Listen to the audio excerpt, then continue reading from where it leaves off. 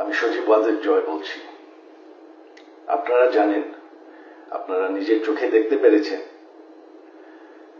যে জাতির জনক, জাতির পিতা বঙ্গবন্ধুর বাসা, সেই ঐতিহাসিক ৩২ নম্বরকে পুড়িয়ে ফেলা হয়েছে।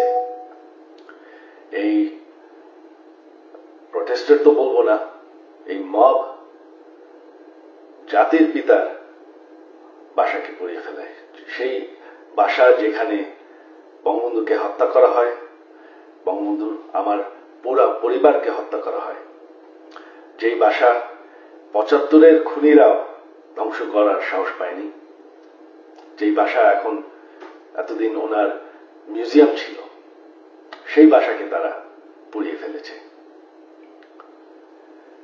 বঙ্গবন্ধু একটি দলীয় বিষয় না, বঙ্গবন্ধু হচ্ছেন জাতির পিতা। বঙ্গবন্ধু না থাকলে আজকে আমরা বাংলাদেশ হতাম না, আজকে আমরা পাকিস্তান হয়ে থাকতাম।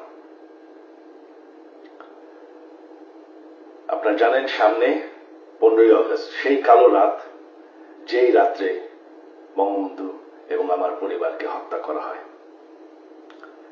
আমার আহ্বান বাঙালি জাতির কাছে যে আপনারা যদি স্বাধীনতার চেতনায় বিশ্বাস করেন, আপনারা যদি বাংলাদেশকে ভালোবাসেন, আর এই যে বাংলাদেশে বাস করছেন, এটাকে মেনে নেন যে বঙ্গবন্ধু আপনাদেরকে স্বাধীনতা দিয়েছে, আমাদেরকে স্বাধীনতা দিয়েছে। এই 15ই আগস্ট আমার আহ্বান আপনাদের প্রতি, শান্তিপূর্ণভাবে ৩২ নম্বরে গিয়ে ফুল দিয়ে আসবেন, দোয়া করবেন বঙ্গবন্ধুর জন্য, স্বাধীনতার চেতনার জন্য এবং আমার পরিবারের জন্য।